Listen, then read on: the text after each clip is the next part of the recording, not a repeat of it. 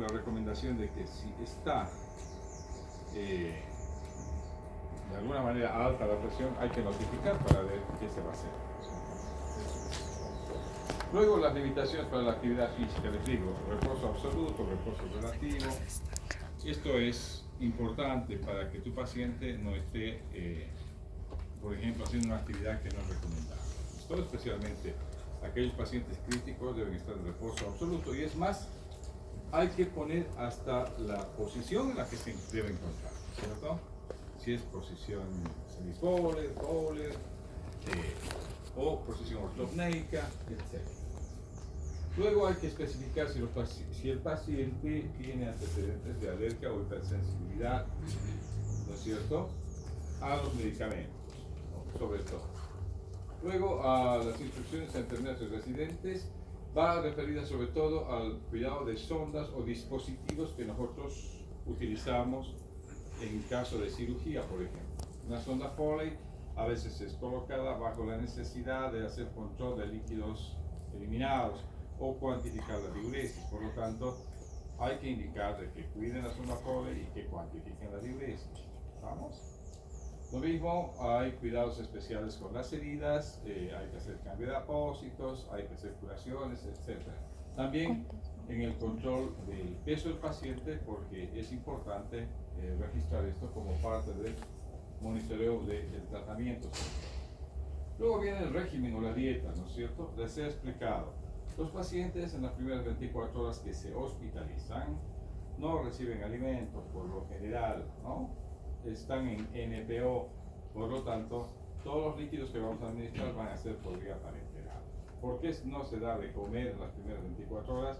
Porque en las primeras 24 horas hay necesidad de administrar, ¿no es cierto?, por ejemplo, algún medicamento especial, o preparar al paciente para un procedimiento especial como una endoscopía, o pedir un laboratorio pendiente que no se ha hecho todavía, ¿entienden?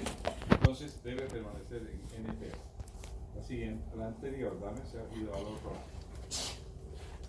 La anterior. ¿Estamos? Ya.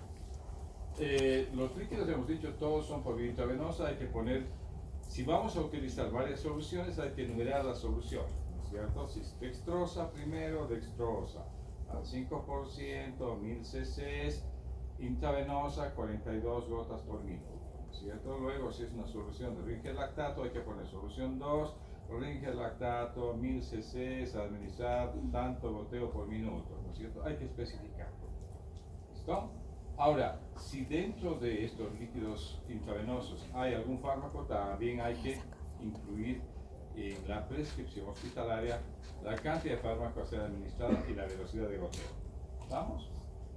Luego, hay que tener mucho cuidado con la medicación, porque generalmente uno empieza cuando es, por ejemplo, en cirugía o cuando es en traumatología, prescribiendo los analgésicos, ¿ya? La analgesia es lo primero que debemos de cuidar, especialmente en el postoperatorio, ¿no es cierto? Entonces, esto hay que especificar si son en horario o son PRN, ¿ya? Si es en horario, hay que poner cada cuánto y la vía de administración. Si es PRN, significa por razones de necesidad o en caso de que el paciente lo requiere y presente dolor. Luego, los medicamentos también hay que tener mucho cuidado. La dosis, la frecuencia, la vía de administración y las precauciones que hay que tener, ¿no es cierto? Por ejemplo, hay fármacos que no se deben administrar en bolo único, se deben administrar en un goteo continuo por un espacio de tiempo.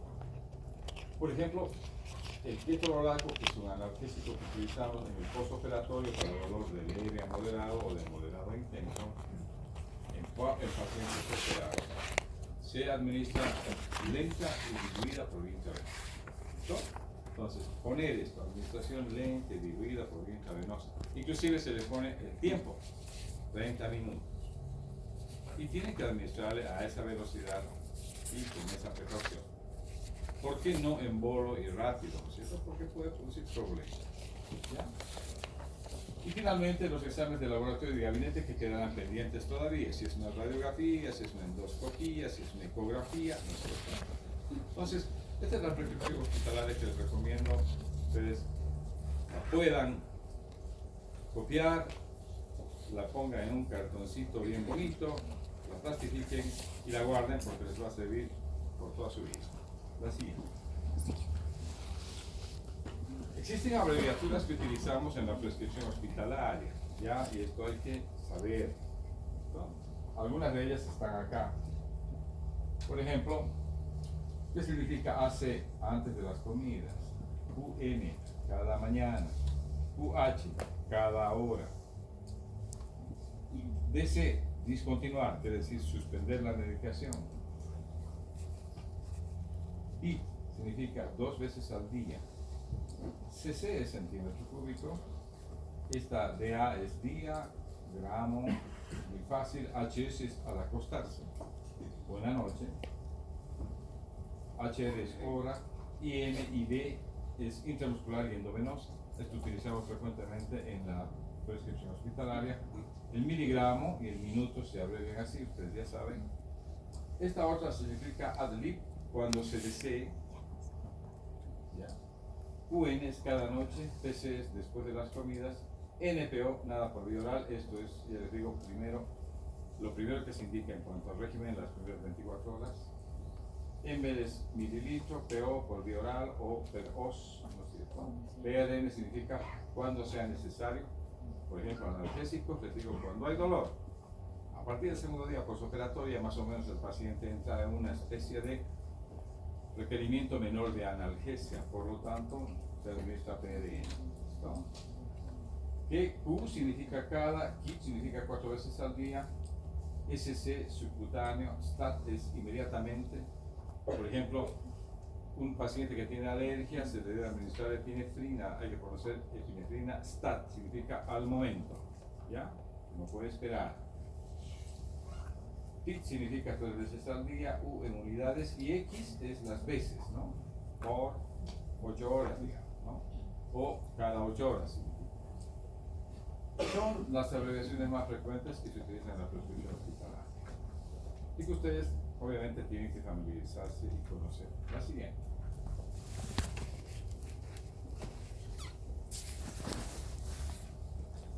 La siguiente. Muy bien. Entonces, lo que hacemos nosotros es terapéutica. Además de diagnosticar, la facultad nos enseña a hacer terapia. ¿Sí? ¿Qué significa terapéutica? Deriva de la terapia, ¿no es cierto? De la palabra terapia. Y aquí están un poco los conceptos que se utilizan, ¿verdad? Las definiciones de terapia. Toda técnica dirigida a reorientar la salud hacia el bienestar, digamos. Otros dicen es el tratamiento médico y quirúrgico de las enfermedades. También es válido, ¿no es cierto? Y algunos dicen la terapéutica es todo un sistema de tratamientos orientados a aliviar o curar enfermedades. Tienen razón, o sea, todas las definiciones son buenas, ¿correcto? La siguiente.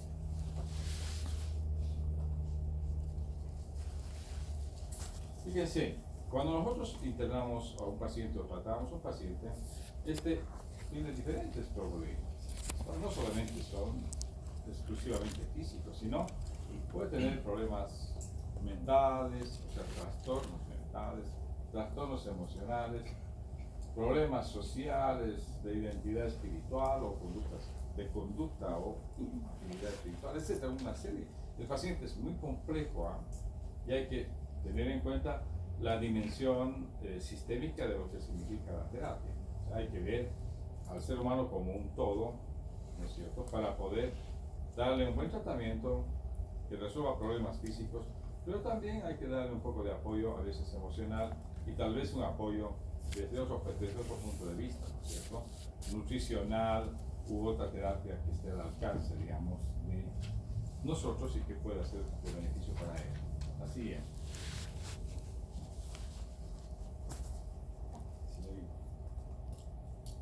La primera vez que veo que alguien firma y está dormido, ¿no? Interesante, ahí tiene la cámara ahí fija. No se duerma, atienda la clase, mejor que atiende. Entonces, ¿qué modalidades hay en la terapéutica? Hay diferentes modalidades, ¿listo? O diferentes tipos de terapia. La que más utilizamos es la farmacoterapia, ¿no es cierto? Nosotros los médicos. Pero también hay procedimientos quirúrgicos que también están dentro del rubro de terapéutica. la radioterapia, la psicoterapia, la fisioterapia, y fíjate, hay otras terapias que también pueden ayudar, ¿no es cierto? Y que hay que contemplarlas como posibilidades, ¿no ves? Por ejemplo, los pacientes que tienen algunos problemas lumbares, no solamente reciben tratamiento médico y fisioterapéutico, sino también acupuntura. Hay un chino que hace acupuntura, hay una china, una coreana que hace quiropraxia. Entonces hay que saber que existen ese tipo de terapias. Y al fin y al cabo el paciente dice, no sabes agradecer al chino o a la coreana o a ti, digamos, que es el médico tratante que está dando fármacos. ¿Por qué? Porque se siente mejor, pero de todas maneras mantiene las 3 terapias vigentes. Vamos, la siguiente. Vamos a ver, entonces, ¿a dónde va la terapéutica? A fortalecer la estabilidad corporal y psicológica. Puede eliminar componentes o agentes perjudiciales, ¿no es cierto? Por ejemplo, infecciones. Puede corregir partes, procesos, mecanismos. Si esto es cirugía, en una apendicitis hay que retirar el apéndice, digamos. O hay que poner una prótesis de cadera en caso de una fractura de cadera, ¿no? Y finalmente sustituir partes, procesos, mecanismos, ¿no? A sustitución hormonal, etc. Entonces, la terapéutica va destinada a esto, a fortalecer, eliminar, corregir o sustituir lo que el organismo del paciente necesite, digamos, ¿no? Así. Entonces aquí vienen los diferentes tipos de terapia. Los enfoques son la terapéutica específica o curativa, hay una terapéutica sintomática o paliativa, hay la terapia de soporte, hay la terapia sustitutiva y la terapia restaurativa. ¿Listo? Lo ideal sería que todas las terapias curen, ¿no es cierto? Pero no es así, ¿no es cierto? Depende del caso que estemos tratando. Las enfermedades a veces son de por vida y hay que tratar al paciente de por vida, ¿no es cierto? Por ejemplo, una hipertensión arterial, les digo, hay que tratarla de por vida. No es un tiempito nomás y después que le vaya bien, ¿no es cierto? O un paciente que tiene diabetes tipo 1, un diabético tipo 1 a veces no se cura nunca. Por lo tanto, hay que tratarlo de por vida. Entonces, hay situaciones en las que hay que plantearse esto, ¿no?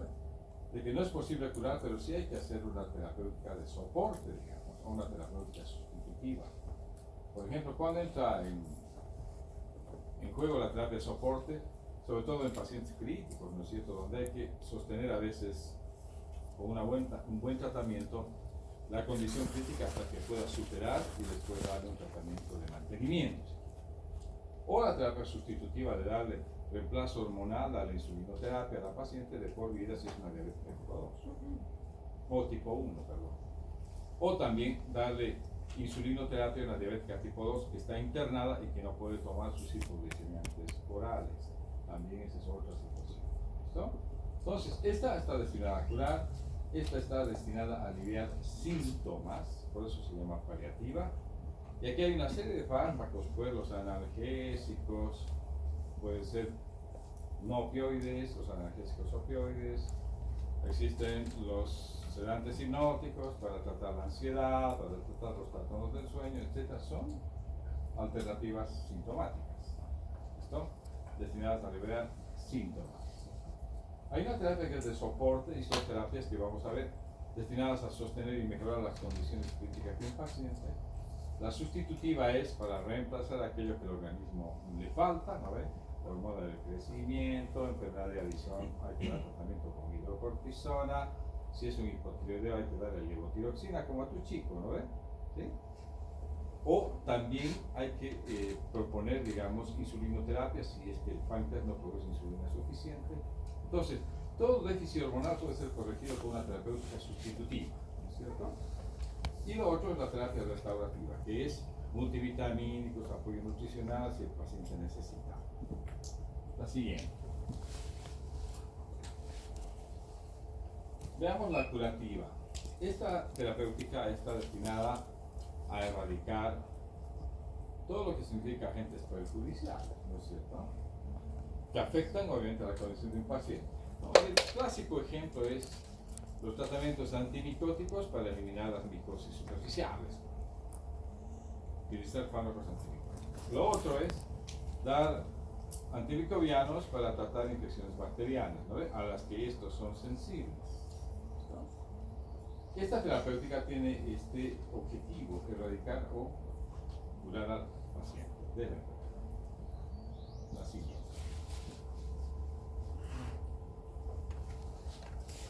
En cambio, la terapéutica sintomático-paliativa está destinada a aliviar síntomas, y esto es importante, ¿no? ¿Cuál es el síntoma que más frecuentemente lleva al paciente a consultar con el médico? El dolor, ¿no es cierto? Entonces, a veces el dolor, la inflamación, la fiebre, los escalofríos, los vómitos, las náuseas, llevan al paciente a la consulta. Entonces, lo primero que a veces el paciente demanda es que le alivies estos síntomas desagradables y que después pienses en una terapéutica que erradique o cure su problema de salud, ¿no es cierto? Entonces hay que tener muy en cuenta que esta terapéutica paliativa es importante porque está destinada a erradicar síntomas que tiene un paciente y aliviar lo más pronto posible estos síntomas desagradables, ¿no es cierto? ¿Ya? Por ejemplo, los analgésicos acá entran como el primer recurso, ¿no es cierto? Esto es benéfico cuando son prescritos por el médico, pero son un problema cuando estos son producto de la automedicación. ¿Ya? Y aquí voy a hacer un pequeño paréntesis, ¿no? Ustedes cuando están llevando semiología, ahora están llevando semiología, están llevando técnica quirúrgica, etc. Les enseñan a ustedes a diagnosticar en base a hallazgos semiológicos, ¿no ven? Y a datos sintomáticos y semiológicos. Es decir, yo diagnostico una neumonía, pónganse, porque el paciente tiene tos, fiebre, ¿no es cierto? Y cuando ausculto tiene roncos y estertores en alguna parte del pulmón. Entonces eso clínicamente me hace sospechar de una neumonía, ¿no? Y puedo yo confirmar o descartar con exámenes de laboratorio o con exámenes de gabinete. Esto es la semiología normal, pero cuando el paciente va a la farmacia y la farmacéutica, como primer recurso, como ella está para vender medicamentos, antes estaban para ayudar y dispensar medicamentos recetados por el médico, ahora no, ha cambiado este panorama. Hay muchas farmacias, entonces la farmacéutica es como una tiendita de barrio, ¿no ves? Que tiene su pequeña tienda y que vende medicamentos, más que dar uso a las recetas, ella diagnostica y vende, ¿no ves? ¿Y qué es lo que más vende? Analgésicos, antipiréticos, antiinflamatorios, medicamentos para la tos, ¿no es cierto? Como vamos a ver, estos que son antitusígenos, expectorantes, mucolíticos, y es más, hasta se atreve a prescribir antimicrobianos. No, tomate una penicilina, no, tomar, esto está para una citromicina y te dan citromicina. Entonces, ¿qué ha convertido, en qué perjudica, digamos, esta medicación libre, fuera de control del médico? En que los cuadros que eran típicos se han vuelto atípicos. Es decir, ya no encuentras vos la cronología ni la sintomatología de una enfermedad cuando tempranamente el paciente recibe analgésicos, antipiréticos y le dan un antimicrobiano. Se fue la fiebre, no tiene dolor, no sabes tú qué pasa, pero el paciente tiene un aspecto delicado y se queja que no anda bien. Pero la semiología se ha vuelto atípica, ¿me entienden? Hace mucho tiempo yo he dejado de ver pacientes con la típica cronología de Multi en la apendicitis aguda. Era dolor primer epigástrico que en el lapso de unas 6 a 8 horas se migraba hacia la fosa ilíaca derecha, daba náuseas, vómitos y daba fiebre, y había una diferencia de la temperatura quilorectal y tú palpabas la fosa ilíaca, había Bloomberg positivo, punto de Marrani doloroso. Ese es el libro y el cuadro típico. Pero como el paciente antes de llegar toma analgésicos, bebieron antimicrobianos, ¿tú crees que se encuentra el mismo cuadro clínico? Entonces les digo, hay que tener pendiente esto, que ustedes deben estar preparados, no solamente para saber el cuadro típico del libro, sino estar preparados también para diagnosticar problemas más complejos, atípicos, que vienen producto de esto de la automedicación y del uso excesivo de analgésicos y de antimicrobianos. ¿Ya?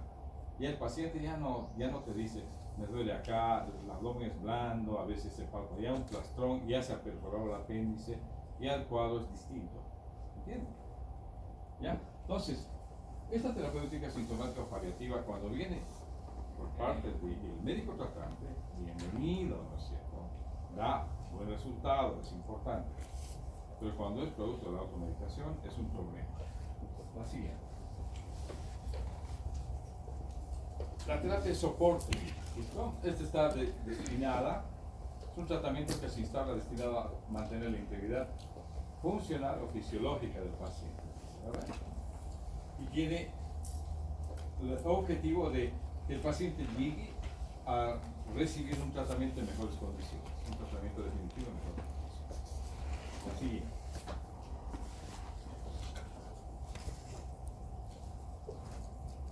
Por ejemplo, un paciente que se interna con una crisis hipertensiva, habrá que darle un fármaco que le baje la presión rápidamente, o sea, que le normalice la presión rápidamente, ¿no es cierto? Entonces yo puedo darle un fármaco por vía parenteral. ¿Vamos? Y después lo llevo a su tratamiento habitual, que es la vía oral. ¿Comprenden? Entonces, esto es tratar la crisis hasta llevarlo al paciente a un estado equilibrado donde pueda recibir su medicación habitual. Lo mismo pasa con la gente que tiene edemas. Se le da diuréticos hasta fundir edemas. Fundimos edemas y nuevamente volvemos a tratar al paciente con medicamentos habituales que mantienen al paciente estable. ¿No ves? Lo mismo pasa con los sedantes, etc. Cuando hay trastornos del sueño en pacientes que tienen hipertiroidismo, se puede dar como una terapéutica adyuvante, ¿no? Paralela. Una vez que se corrige este problema y se lleva al paciente a un estado eutiroideo, se quitan los sedantes y se mantiene al paciente con los antitiroideos que tiene que recibir. ¿Ya? Entonces, eso es terapia de soporte. La siguiente. Es una terapéutica sustitutiva o de reemplazo. Esto es proveer lo que el organismo no puede producir, ¿cierto? Ustedes tienen varios ejemplos, ¿no? De servicio. La diabetes tipo 1 necesita insulinoterapia. ¿Por qué? Porque el páncreas está insuficiente y no produce insulina. El hipotiroideo, ¿no es cierto?, tiene problemas con la producción hormonal de tiroxina, por lo tanto hay que darle una sustitución hormonal. El paciente con síndrome de Addison o insuficiencia córtico suprarrenal, ¿qué debe recibir? Hidrocortisona, que es lo que no puede producir. ¿Estamos? Entonces, estas terapias están al alcance del médico y lo que hacen es devolverle un estado de normalidad al organismo. ¿Ya? Algunas de estas son temporales y algunas de estas son definitivas. ¿No ves? El diabético tipo 1, insulino dependiente, debe recibir de por vida insulina.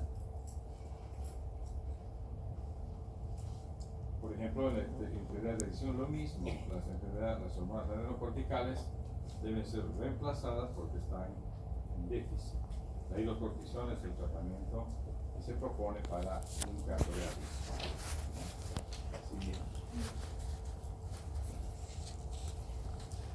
Y la terapia restaurativa, digamos, ¿no? Destinada a recomponer rápidamente la salud, ¿no es cierto? No importa la enfermedad de base, pero acá importa darle una terapéutica que al paciente lo lleve a un estado de recuperación. ¿Ya? Y aquí están los suplementos vitamínicos, los concentrados de proteínas que a veces hay que administrar por vía oral o por vía parenteral, o dar dietas especiales que mantengan al paciente en un estado nutricional adecuado. ¿Para qué? Para que después estos pacientes puedan, ¿no es cierto?, recuperar su estado de salud. ¿Estamos? Hay muchas formas de apoyar este tipo de terapias, ¿no ves? No solamente dentro del ámbito médico, o sea, nosotros, sino también las nutricionistas. En esta facultad tenemos una carrera de nutrición.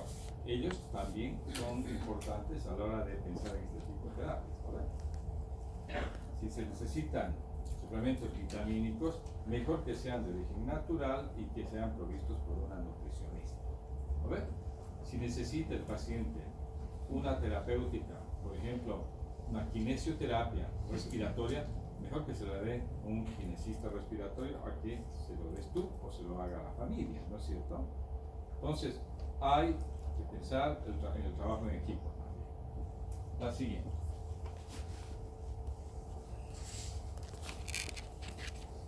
Existen otras formas de terapéutica, ¿no es cierto? Mira, hay una terapia que es profiláctica y una terapéutica que es diagnóstica. Esta terapéutica profiláctica, por ejemplo, está destinada a considerar las vacunas, ¿no es cierto?, en la prevención de las enfermedades. Esta terapéutica profiláctica, ¿no? La inmunización pasiva, cuando te muerde un perro y el perro es de origen desconocido y por lo tanto quieren que no te enfermes de rabia. Entonces, hay una inmunización, ¿no es cierto?, con vacuna antirrábica, suero antirrábica. Hay algunos ejemplos también. O pacientes que van a viajar a zonas endémicas de paludismo reciben drogas para prevenir que no enfermen de paludismo. ¿Listo? Eso es en cuanto a terapéutica profiláctica. Pacientes que viven con tuberculosos también a veces reciben profilaxis. ¿Estamos?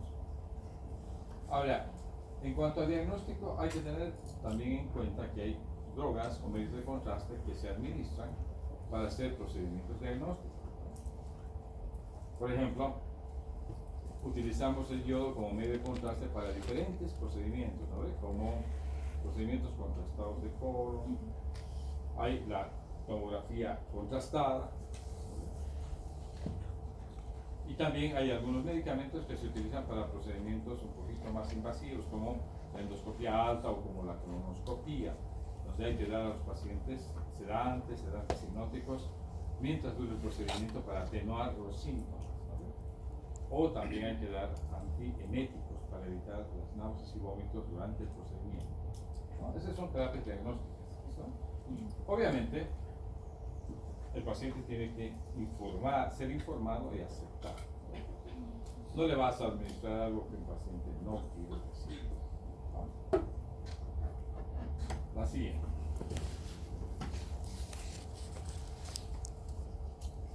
Muy bien, vamos a hablar de esto, del ciclo diagnóstico terapéutico. Ya les he hablado de algo, vamos a profundizar un poquito más. Todo lo que llevas en la facultad, desde la parte preclínica hasta la parte clínica, te enseña a dos cosas. Está orientado a reforzar dos tipos de competencias sólidas que tiene que tener el médico: el saber hacer un buen diagnóstico y saber hacer una buena terapia, ¿cierto? Entonces, esto es el pilar del acto médico. Cuando uno atiende pacientes, diagnostica y hace tratamiento, ¿no es cierto? Estos son los dos pilares básicos del ciclo llamado acto médico. Así es. Entonces, partimos de un buen diagnóstico y obviamente para llegar a una buena terapia. Estas competencias diagnósticas las aprendes durante toda tu formación. Y la parte terapéutica la aprendes a partir del tercer año hacia adelante, ¿no es cierto? Empezamos con farmacología y terminas después en terapéutica ya durante el cuarto, quinto y tercer año. Y esto significa mucha responsabilidad. No hay que tomar a la ligera el tema este de diagnóstico y tratamiento. El único profesional que puede hacer este ciclo es el médico, no hay otro. No hay otro.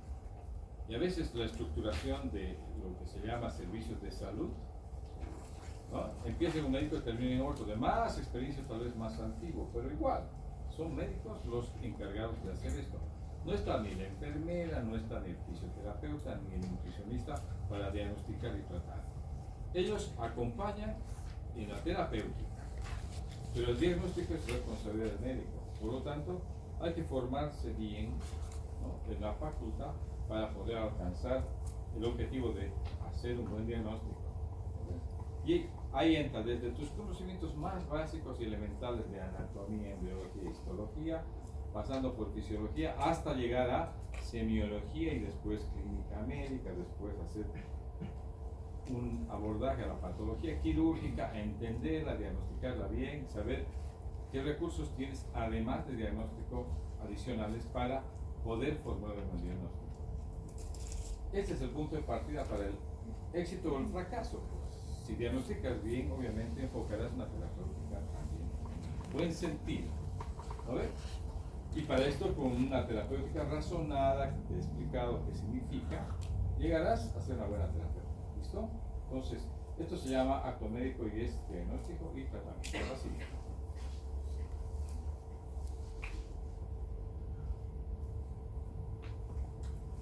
Te digo que es de mucha responsabilidad, ¿no es cierto? Porque hay, desde el punto de vista médico-legal y desde el punto de vista del desempeño del médico, un documento que se llama consentimiento informado. Y esto tiene que ser, obviamente, no descuidado y debe de acompañar tu conducta tanto en forma ambulatoria como en forma de manejo hospitalario. ¿Listo? Fíjate, todo acto médico vulnera algún bien jurídico de las personas. Eso piensan los abogados. ¿Ya? Fíjate, cuando haces terapias agresivas como una cirugía, estás un poco atentando contra la integridad física, ¿no? Porque lo pones en reposo, le has hecho una incisión, le has sacado algo, le has puesto unos puntos de sutura y encima no le gusta al paciente, ¿no ves? Luego le quitas su libertad porque lo hospitalizas. No le dejes salir del hospital, lo tienes bajo un régimen estricto, con una vigilancia de agentes blancos por ahí, ¿no? Enfermeras, internos, residentes, y el tipo a veces se siente privado de su libertad. Eso es lo que es en realidad una percepción del paciente, a veces explicada no directamente, sino de manera de comentario en la familia, ¿no? Te introversa en su intimidad, obviamente que sí, pues lo tienes en una batita, la batita es muy cortita, está abierta por detrás y todo el mundo lo conoce más por detrás que por delante del paciente. ¿Has entrado tú al hospital? ¿Has ido al hospital? ¿Has visto a tu mamá en el hospital? ¿No es cierto? Pareciera que uno vulnera la intimidad, ¿no es cierto? Y lo otro es, manipula su dignidad, ¿no es cierto? En algún caso le dices, no, tengo que hacer un nuevo examen, hay que hacer un nuevo tacto, ¿no es cierto? O ahí están los estudiantes de medicina, ¿no es cierto? Queriendo aprender, mirando y también ya poniéndose el guante, ¿no es cierto? Te digo, todo esto, el paciente lo sabe y en algún momento puede ocasionar un problema médico-legal. Y no va a aterrizar necesariamente en un juicio, pero sí en una demanda o en un reclamo formal. ¿No es cierto? Yo te digo, la mayor parte de los pacientes, yo soy cirujano de profesión, ese es mi especialidad, opero pacientes. La mayor parte de los pacientes que he operado y que se han ido de alta se me han quejado de esto. En manos de nosotros la cosa debería ir bien, ¿no es cierto? ¿Por qué? Porque estamos obligados como profesionales a un trato respetuoso con el paciente, ¿no es cierto? Pero si tú ves que hay un médico déspota, que grita, que trata mal al paciente, que le da poca importancia a lo que él dice y le dice, escuche, cállese, yo voy a hablar, y él es el que da las instrucciones, el paciente de alguna manera puede acusar hasta de maltrato. Yo les digo que ustedes bajo ninguna circunstancia en su desempeño como médicos traten mal a un paciente, sea de la condición que sea. Y cuando vean ustedes tratar a un profesional tratar mal a un paciente, es directamente proporcional al coeficiente intelectual del profesional, ¿no? Les digo, inversamente proporcional, no directo. El más soberbio es el menos capaz. ¿Vamos? Entonces, este es el mensaje. Traten bien al paciente. El paciente es un ser humano que necesita atención médica. No está ahí porque quiere, está ahí porque necesita atención. Y si tú eres el profesional que le va a dar la atención, oye, hazlo bien. Y no permitas que ningún personal subalterno tampoco esté metido en esto. Porque el paciente se queja ya de por sí, sin maltrato, de estas cosas. ¿No? La siguiente. Entonces, ¿qué hay que hacer? hay que firmar un consentimiento. ¿Ya? Esto se llama consentimiento informado, que es la facultad del enfermo para aceptar o no la atención. ¿Listo? Para recibir un tratamiento o participar en proyectos de investigación. En algunos casos también existe esto para protocolos de investigación. ¿Listo? Pero hay que tener en cuenta de que esto debe de hacerse de manera rutinaria, ¿ya? Y aunque se haga, este consentimiento informado de alguna manera habilita al médico a dar un tratamiento a un paciente, pero no lo exime de su responsabilidad médico-legal. ¿Listo?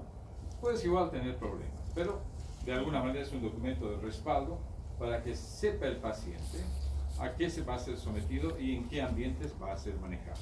¿Vamos? Ahora, si hay algún paciente que no quiere firmar el consentimiento informado y se resiste, debemos no proceder con el tratamiento. O sea, es un stop.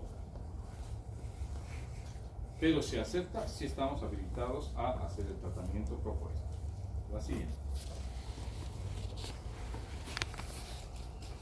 A ver, dame la anterior. Hay una recomendación abajo, ¿no es cierto? Dice... Dale una más. Dice, una onza de prevención vale más que 1000 kilos de arrepentimiento. Esto es cierto, ¿no ves? Ojalá me hubieran avisado antes de casarme, ¿no es cierto? Dale, la siguiente.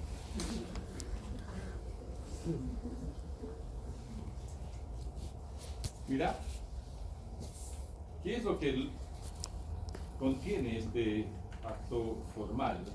Es respetar la autonomía del paciente. ¿Listo? Y hay que cumplir 4 condiciones. ¿Ya? Este consentimiento tiene que tener 4 condiciones.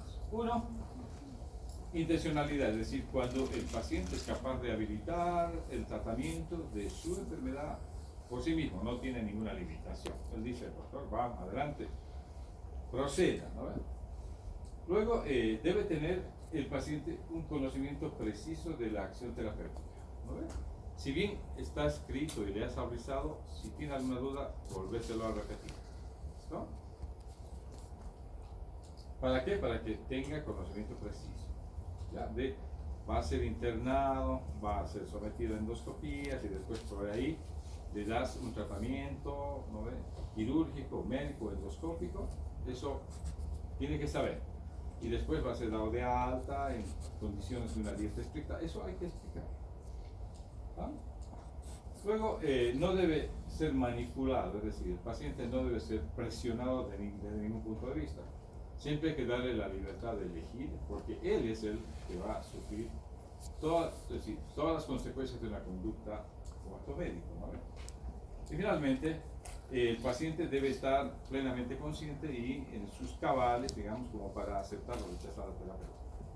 ¿No? No debe haber manipulación, ni presión, ni intencionalidad. Debe ser un acto totalmente voluntario y de común acuerdo con el médico. A eso se refiere. La siguiente. Hay excepciones. ¿Cuándo se puede obviar esto? Es decir, no hay tiempo de hacer este documento, etc. O no es necesario hacerlo. Primero, cuando la intervención supone un riesgo para la salud pública. Por ejemplo, el típico actual es el coronavirus, ¿verdad? Hay que aislar al paciente y si necesita internación hay que internarlo. Le guste o no le guste, ¿no es cierto? Aquí no hay consentimiento que valga. Es un problema de aislamiento, un problema epidemiológico fuerte, entonces hay que dar la conducta que corresponde. Si tú dices cuarentena, es cuarentena. No hay día. ¿No? Actualmente en Italia existe una ciudad de 15 millones de habitantes en cuarentena en Italia.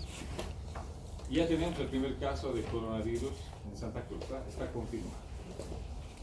Entonces hay que estar preparados y estamos obligados a tomar medidas de seguridad, ¿no es cierto?, para que esto no llegue a ser un problema, un gran problema.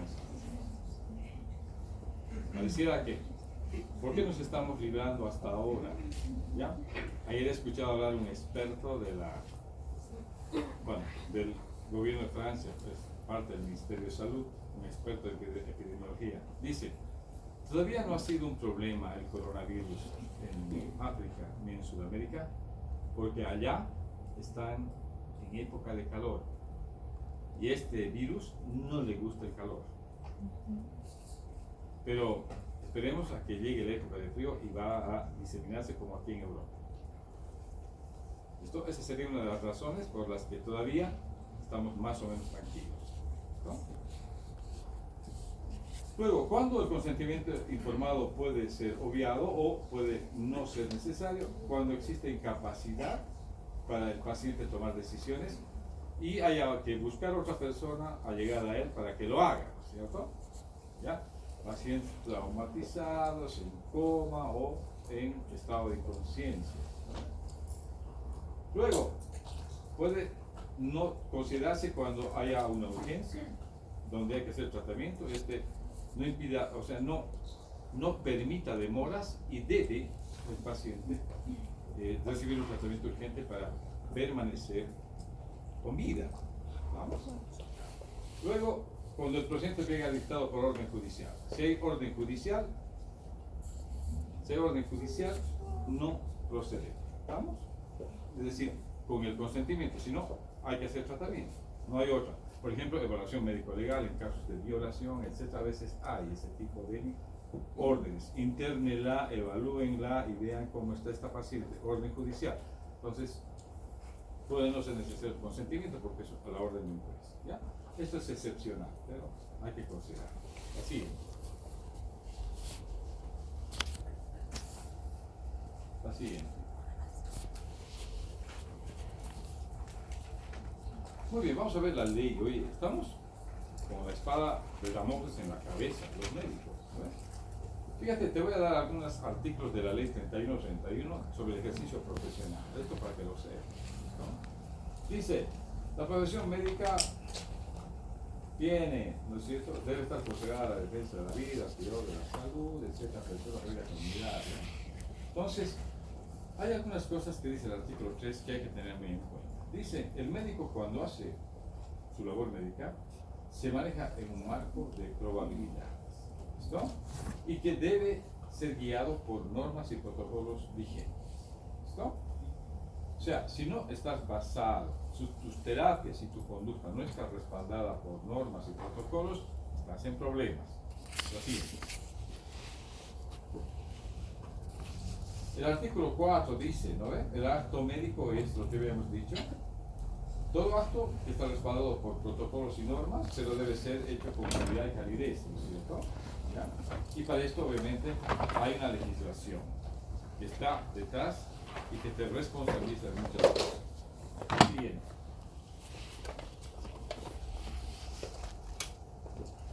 El artículo 10 que dice, hay que considerar los siguientes documentos oficiales, es decir, aquello que tienes que contar y debe de estar, porque pueden ser en algún momento documentos oficiales, para, obviamente, iniciarse un proceso.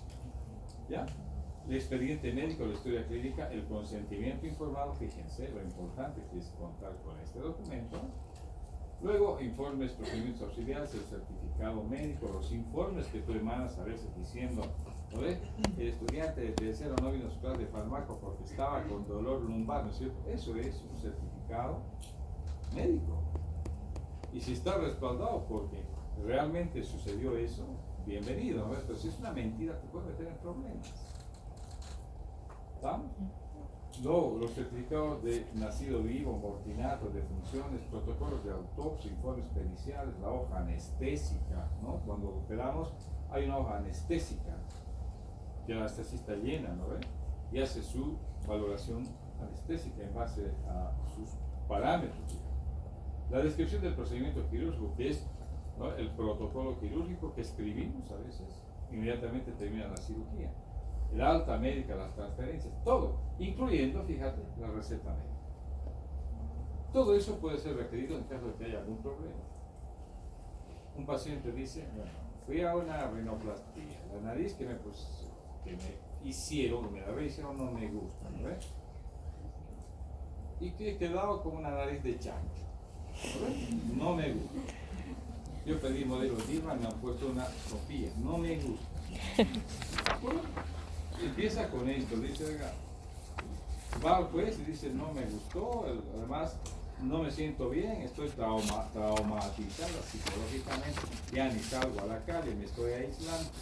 Y empiezan a ponerte problemas. Estas cosas van a pedir para estudiar, para ver si hiciste lo que hiciste, y si hubo consentimiento informado, y si lo que has hecho está respaldado por protocolos y todo lo demás, ¿entiendes? Es un ejemplo. La siguiente.